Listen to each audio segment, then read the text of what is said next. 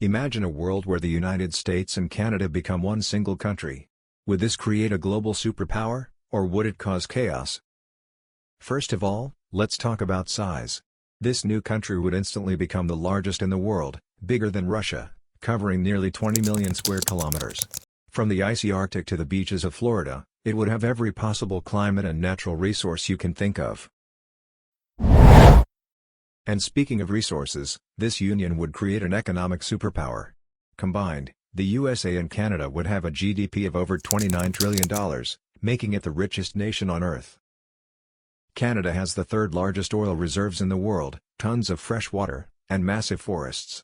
Meanwhile, the US dominates in technology, finance, and military power. Put them together, and they would control global trade like never before. But here's where things get tricky.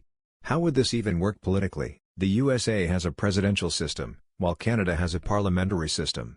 Would the new country have a president or a prime minister? And what happens to Canada's universal health care? Would the US adopt it, or would Canadians lose their free health care? And then there's Quebec. Canada already has trouble keeping Quebec happy. Would they even agree to be part of this new country? The USA and Canada share a lot of culture, but there are some key differences. Canadians are generally more progressive, while the US has stronger state rights and different policies on things like guns, taxes, and healthcare. Would there be protests? Would people even want this? One thing is certain, this new country would have the most powerful military in the world. The USA already has the largest defense budget, and Canada's strategic Arctic territory would give them complete control over the North. This would be a massive problem for Russia, as Greenland and northern Canada serve as a natural defense line. Any military conflict in the Arctic would be dominated by this super nation. Other countries wouldn't be happy either. China and Europe would likely fear this new economic and military powerhouse, while Russia would see it as a direct threat. If the US and Canada combined, the new nation would have over 380 million people, making it the third largest country by population, after India and China.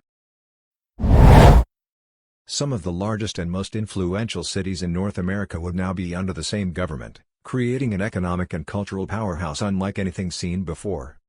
New York City, with its 8.5 million people, would remain the financial capital of the newly unified nation. Wall Street, the headquarters of global banks, and its status as a business epicenter would continue to attract top talent from around the world. Los Angeles, home to nearly 4 million residents, would maintain its grip on entertainment and media, as Hollywood continues producing blockbuster films and TV shows. The city's tech sector, along with Silicon Valley just to the north, would drive innovation.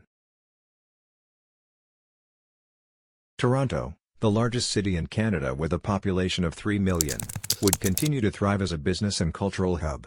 It already ranks as one of the most multicultural cities in the world, and under this new union, it could play an even bigger role in global affairs.